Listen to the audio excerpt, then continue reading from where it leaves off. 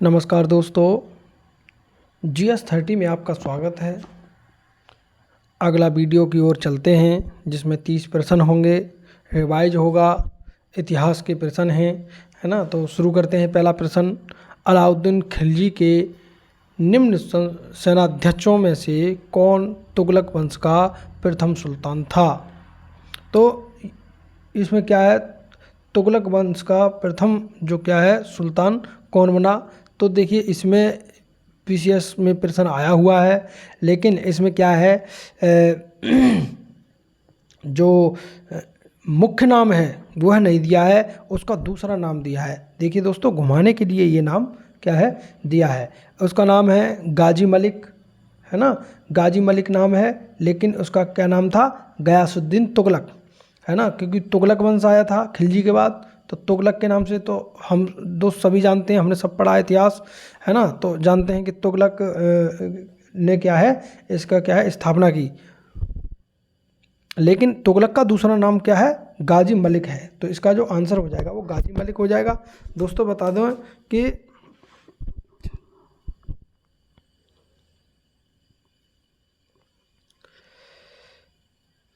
जो गाजी मलिक था क्यों प्रसिद्ध हुआ, गाजी मलिक के नाम से क्यों प्रसिद्ध हुआ ये, है ना।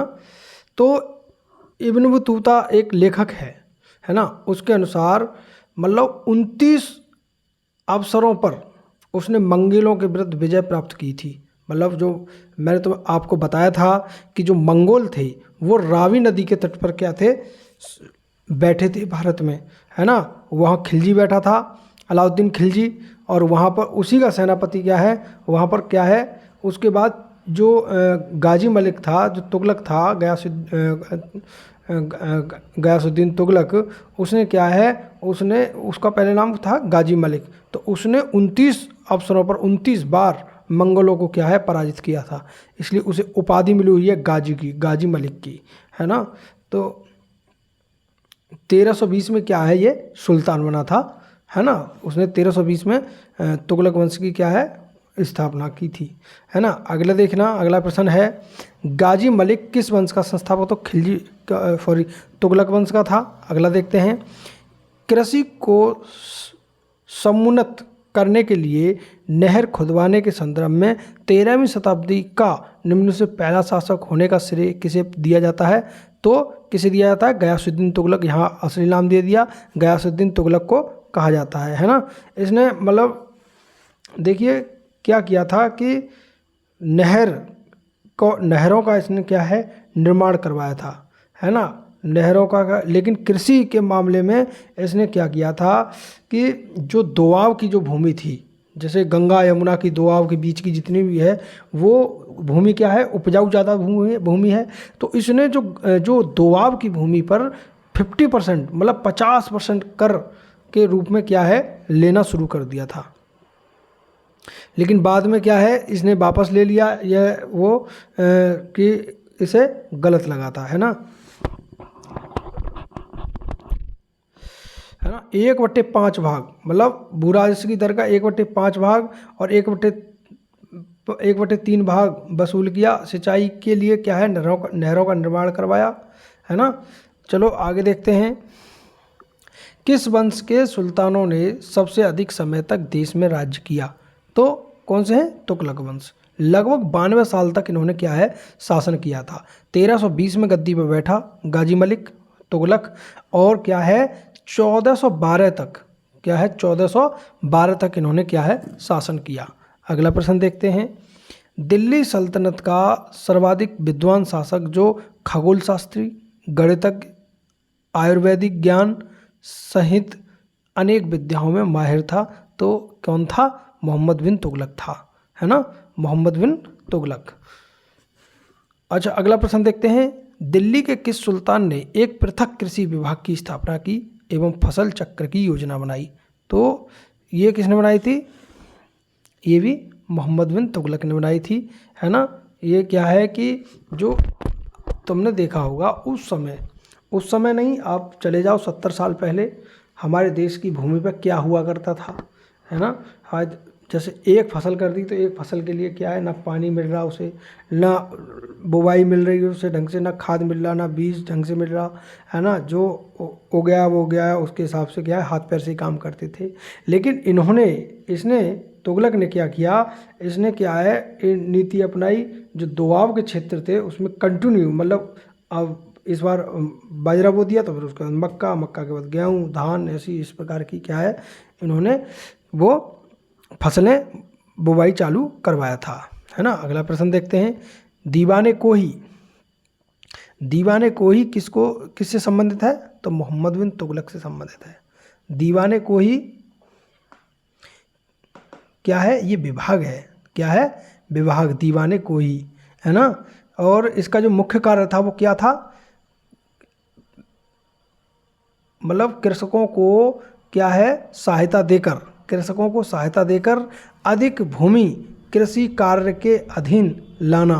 मतलब किसानों से कह दिया कि जैसे गाँव में जा रहे हैं, गाँव में कह दिया कि तुम इस खेती को इस प्रकार से करो, है ना, इसमें पानी लगाओ, ये करो, तो इसमें क्या है किसानों के सहायता प्रदान करके, है ना, और उसको अधिक भूमि कार्य में अधीन लाना। ये सब काम, ये जितने भी कृषि के कार्य इन्होंने किए, सेना का बढ़ावे के चक्कर में किए थे। सेना को इन्होंने बढ़ाया, है ना। मंगोलों का बार बार आक्रमण हो रहा था, तो उसमें क्या है सेना नहीं वो कर पा रही थी, तो उसको सेना को बढ़ावे में, उन्हें तनख्वाह देने में, उनका भरण पोषण करने में, है ना, ये सब काम किए थे, है ना। अगला देखते हैं, मोहम्मद बिन तुगलक अपनी राजधानी दिल्ली से ले जाना चाहता था, कहाँ ले जाता था, दौलताबाद। और दौलताबाद का दोस्तों पूरा नाम क्या है, देवगिरी, है ना, क्या नाम है, देवगिरी नाम है। अगला प्रश्न देखते हैं दोस्तों, भारत में सर्वप्रथम सांकेतिक मुद्रा का प्रचलन किया था, किसने किया था, मोहम्मद बिन तुगलक ने किया था। पहले जो चांदी के सिक्के चले करते थे, उस मोहम्मद बिन तुगलक से भी पहले क्या है चांदी के सिक्के चले करते, उस समय क्या था, बहुत भारी मतलब कमी हो गई थी चांदी की। तो मतलब सांकेतिक मुद्रा के रूप में तुगलक ने क्या किया कि जो सांकेतिक मुद्रा थी वे थी क्या की, तांबे की और जस्ते की बनी हुई, है ना। लेकिन उनसे कह दिया कि ये तांबे जस्ते की है, लेकिन क्या है इनका मूल्य चांदी जितना रहेगा। अब उसके बाद ये विफल क्यों हो गई, विफल इसलिए हो गई कि मार्केट में क्या है लोकल सिक्के आने लगे थे, मतलब लोकल मुद्रा आने लगी थी, और जो कर था, जो टैक्स था, वो उसी से मतलब देने लगे थे, मतलब जो लोकल मुद्रा थी उससे देने लगे थे। आज के समय में भी आ जाते हैं, तुमने देखा होगा एक फर्जी मूवी आई है, फर्जी वेब सीरीज आई है, उसमें देखा होगा कैसे 500 का नोट बनाए जा रहे हैं, 2000 के नोट बनाए जा रहे थे, है ना। इसी प्रकार लोग सीख जाते हैं, धीमे धीमे करके बनाने लगते हैं, विचार आ जाते हैं मन में, पिक्चरें भी लोगों को बिगाड़ती हैं, है ना। हमारे यहाँ एक 5 रुपये का नोट जो था उसकी डाई बना ली थी, तो उस डाई से मतलब 5 रुपये का नोट बनाना शुरू कर दिया था, फिर वो पकड़ गया, है ना, नहीं बना सकते ऐसे, इस प्रकार, है ना। अगला देखते हैं, निम्नलिखित में से कौन सा पहला सुल्तान था जिसने भारत में सांकेतिक मुद्रा का प्रचलन किया, तो मोहम्मद बिन तुगलक है। अगला प्रश्न देखते हैं, अगला प्रश्न है, मोहम्मद बिन तुगलक ने एक नया स्वर्ण सिक्का जारी किया जो इब्न बतूता द्वारा दीनार कहा जाने लगा, है ना। और अगला कारण है, मोहम्मद बिन तुगलक पश्चिम एशियाई तथा उत्तरी अफ्रीकी देशों के साथ व्यापार में अभिवृद्धि के लिए स्वर्ण सिक्के के टोकन मुद्रा जारी करना चाहता था। तो इसका क्या है, इसका देखिए सी सही हो जाएगा, ए सही है परंतु आर गलत है। अब बताइए, देखो मोहम्मद बिन तुगलक ने, है ना, एक नया स्वर्ण सिक्का जारी किया था जो इब्न बतूता के अनुसार दीनार कहा जाता है, ये बिल्कुल सही है। दीनार की जो वो दीनार जो टकसाल जो दीनार की जो मुद्रा चालू की थी वो मोहम्मद बिन तुगलक ने शुरू की थी। लेकिन उसने क्या है जो स्वर्ण टोकन तो जारी किया था, करना चाहता था, लेकिन वो तांबे का करना चाहता था। तांबे का जो सिक्का था टोकन के रूप में क्या है जारी करना चाहता था, और वो किसे जारी करना चाहता था, अपनी सैन्य मतलब सेना को जारी करना चाहता था, है ना। इसीलिए इसमें आर क्या है, गलत है ना। अगला प्रश्न देखिए, कथन कह रहा है मोहम्मद बिन तुगलक की प्रतीक मुद्रा योजना असफल सिद्ध हुई? और कारण कह रहा है मोहम्मद बिन तुगलक का मुद्रा निर्गमन पर उचित नियंत्रण नहीं था। देखिए ये क्या है, दोनों ही सही हैं, ए आर दोनों सही हैं और आर एक ही सही व्याख्या क्या है कर रहा है।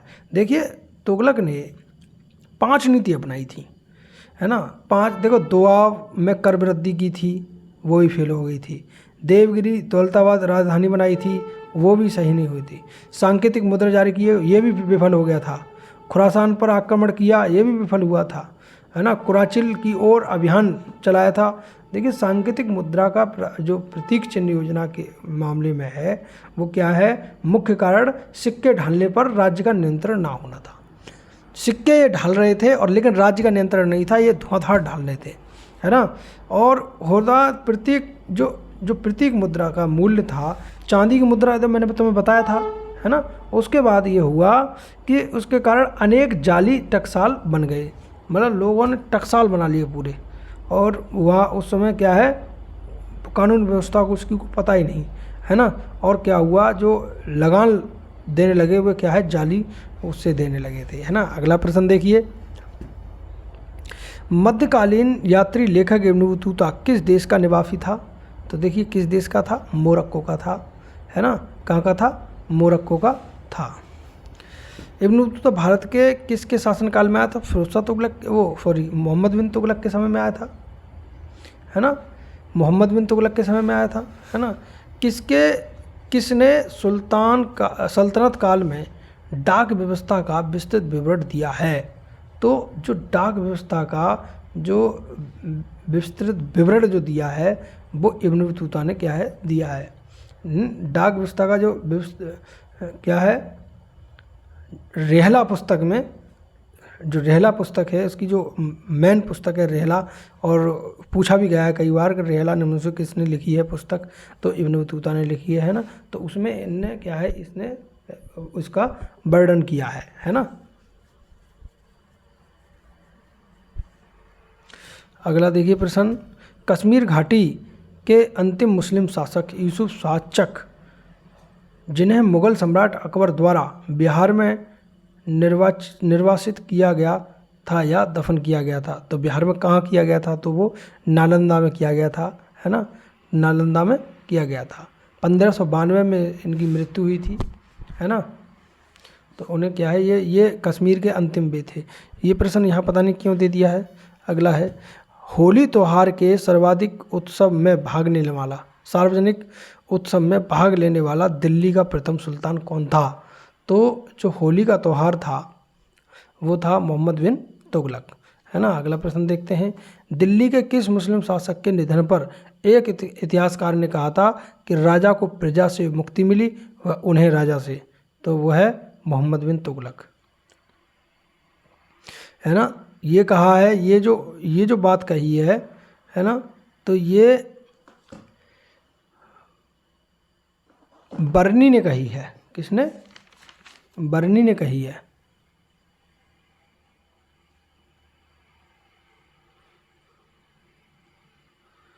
बताएंगे, शायद बर्नी ने ही कही है। अगर इसका सही आंसर आप लोगों को मिलता है तो आप लोग कमेंट में ज़रूर बताएं, है ना, किसने ये बात कही है ना। अगला प्रश्न देखते हैं,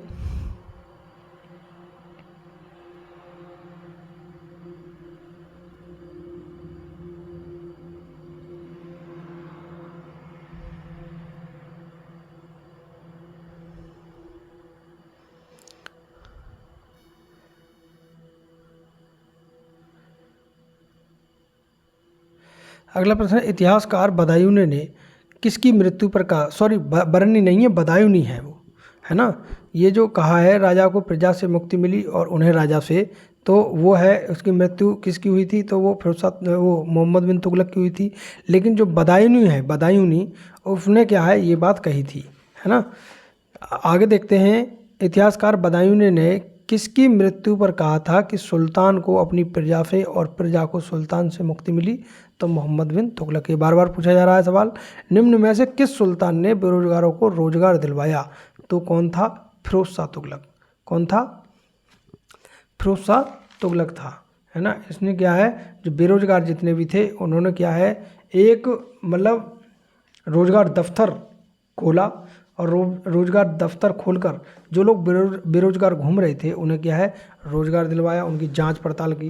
जैसे तुमने एक फिल्म देखी है शिवाजी द बॉस, रजनीकांत की, उसमें दिखाया गया है कैसे सब बेरोजगार, सब ना पढ़ने वाले पढ़ाए, बेरोजगारों को रोजगार दिलाया। उसी प्रकार से इनने जांच पड़ताल करके तुम क्या कर लेती हो, तुम क्या कर सकते हो, तुम कितने पढ़े हो, ये कर सकते हैं, उसके हिसाब से क्या है, इन्होंने सबको रोजगार दिलवाया है। अगला प्रश्न, बेरोजगारों के सहायतार्थ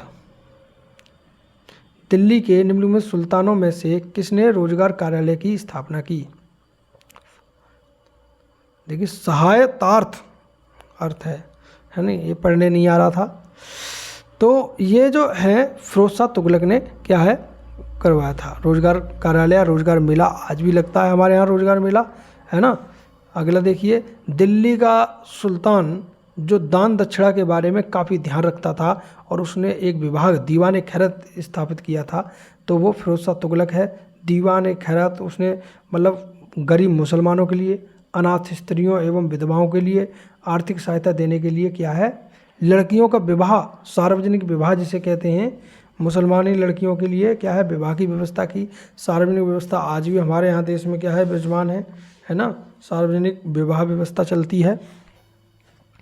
निम्नलिखित किसने सुल्तान ने दरबार में सबसे अधिक गुलाम थे, तो फिरोज शाह तुगलक के समय में 1,80,000 लगभग कहा जाता है कि गुलाम थे, दास थे, है ना।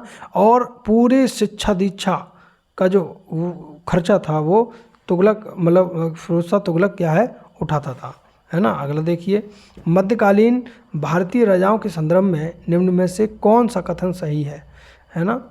तो देखिए ये यूपीएससी में सवाल पूछा गया है ना। तो इसमें क्या है, डी इसमें सही हो जाएगा।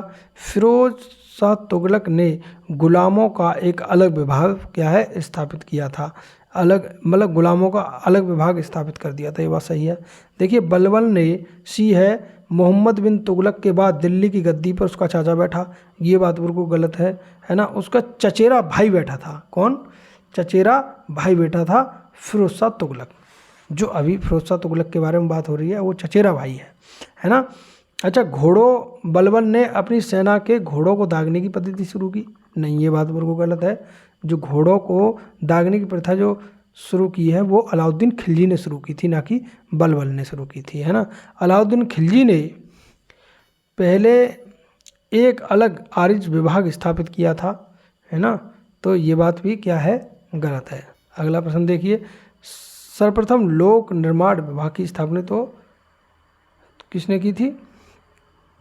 देखिए ये जो प्रश्न है, सर्वप्रथम लोक निर्माण विभाग की स्थापना फिरोज शाह तुगलक ने क्या है की थी, ठीक है। और जो लोक देखिए इस कहा जाता है कि इसने फिरोज शाह तुगलक ने लगभग 300 नगरों का क्या है निर्माण कराया था, जिसमें आपके देखिए फतेहाबाद है, हिसार हरियाणा में पड़ता है, फिरोजपुर है, जौनपुर है, फिरोजाबाद है ना, ये सभी क्या है शामिल है ना। तो लोक निर्माण विभाग का क्या है, इसने क्या है कार्य शुरू करवाया था। अगला प्रश्न देखिए, दिल्ली का जो सुल्तान भारत में नहरों के सबसे बड़े जाल का निर्माण करने के लिए प्रसिद्ध है वह क्या है, फिरोज शाह तुगलक है। कौन है, फिरोज शाह तुगलक है। इसने पैदावार पर एक, लेकिन इसने क्या किया, जाल तो बनवाया था, लेकिन अब ये प्रश्न भी पूछा जाता है, इसने क्या किया, जाल बनवाने को जो लोग इससे सिंचाई कर रहे थे उसने क्या, उसकी फसल का 1/10वां भाग, जैसे किसी के खेत में 10 कुंटल गेहूँ हुआ है तो मतलब 1 कुंटल गेहूँ क्या है फिरोज शाह तुगलक क्या है ले लेता उसमें सिंचाई के माध्यम से, है ना। वो इस प्रकार से था।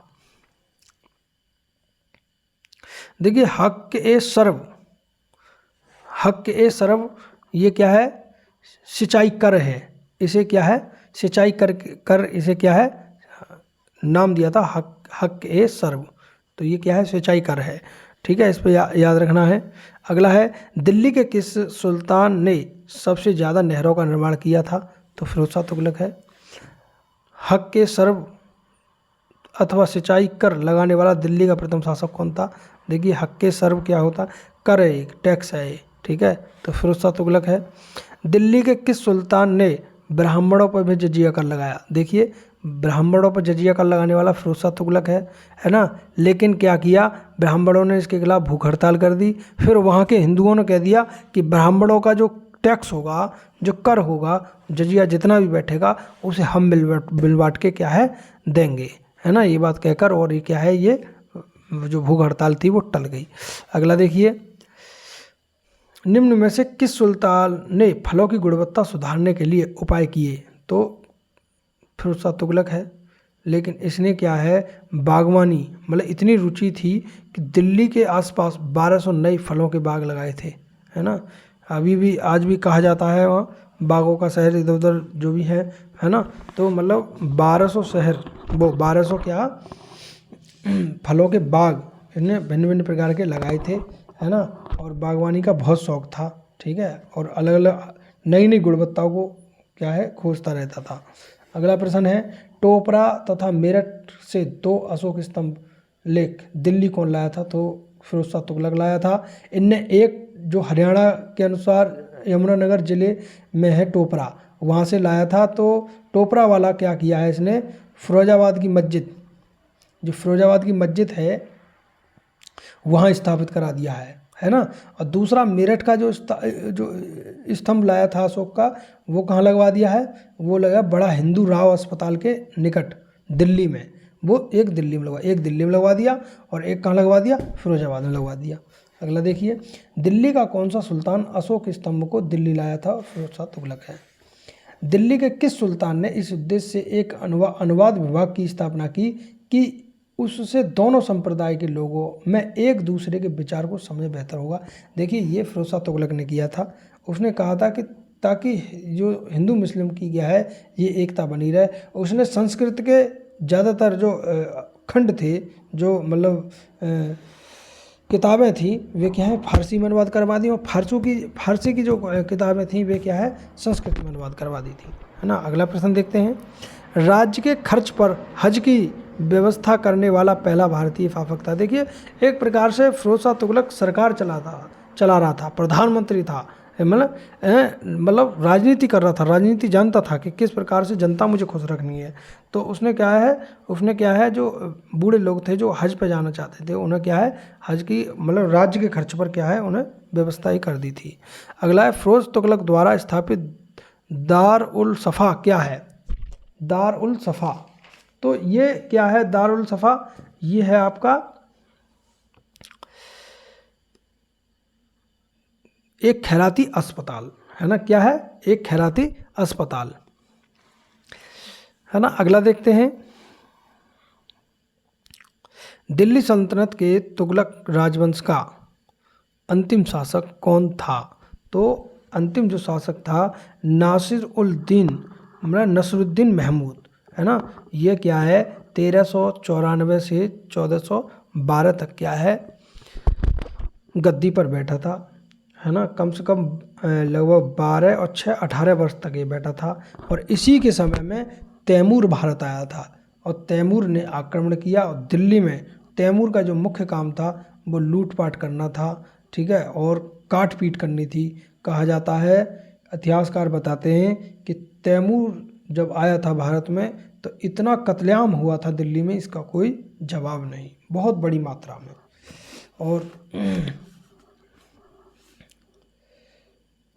और दूसरा मतलब काफिरों से युद्ध करना था, उनका विनाश करना था, और दूसरा धन लूटना था। वो इंडिया के जितने भी मतलब लोग थे उन्हें क्या है काफिर कहा गया, है ना। तो उसके बाद क्या किया इसने, जो तैमूर चला गया और खिज्र खां को क्या है मुल्तान, दीपालपुर और लाहौर का क्या है सूबेदार नियुक्त कर गया जीत जात के, है ना। आगे देखते हैं अगला प्रश्न, तैमूर ने किसके शासनकाल में भारत का आक्रमण किया? देखिए ये जो प्रश्न है इसमें नसरुद्दीन महमूद ऑप्शन नहीं दिया है, जबकि नसरुद्दीन महमूद के समय में ही उसने क्या है आक्रमण किया था, है ना। ये यूपीपीसीएस में प्रश्न पूछा गया है ना। तैमूर लंग ने किस वर्ष भारत पर आक्रमण किया था? तो 1398 में किया था। ये पूछा गया है, कई बार पूछा है ये प्रश्न। तैमूर के आक्रमण के बाद भारत के किस वंश का राज स्थापित हुआ था? तो वो हुआ था सैयद वंश का। कौन से का? सैयद वंश का। देखिए 1413 में सरदारों ने दौलत खां को दिल्ली का क्या है सुल्तान चुन लिया था, दौलत खां को। तो लेकिन क्या है, खिज्र खां देख रहा था, जब खिज्र खान ने फिर उसने युद्ध कर दिया और पराजित कर दिया। बाद में तैमूर बाद में क्या हुआ, 1414 में दिल्ली के अधिकार में क्या है नया वंश आ गया, सैयद वंश, और खिज्र खां उस पर क्या है बैठ गया, है ना।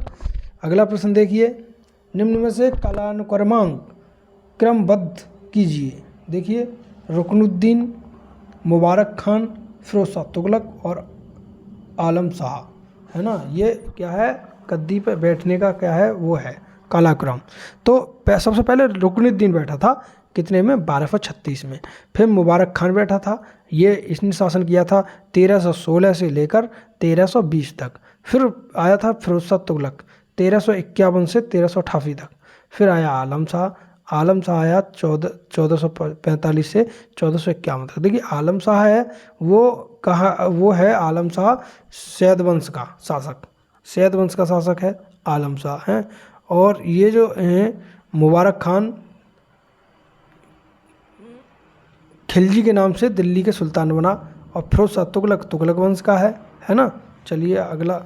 और अब तो धन्यवाद दोस्तों, वीडियो प्रश्न आज इतने ही ठीक हैं।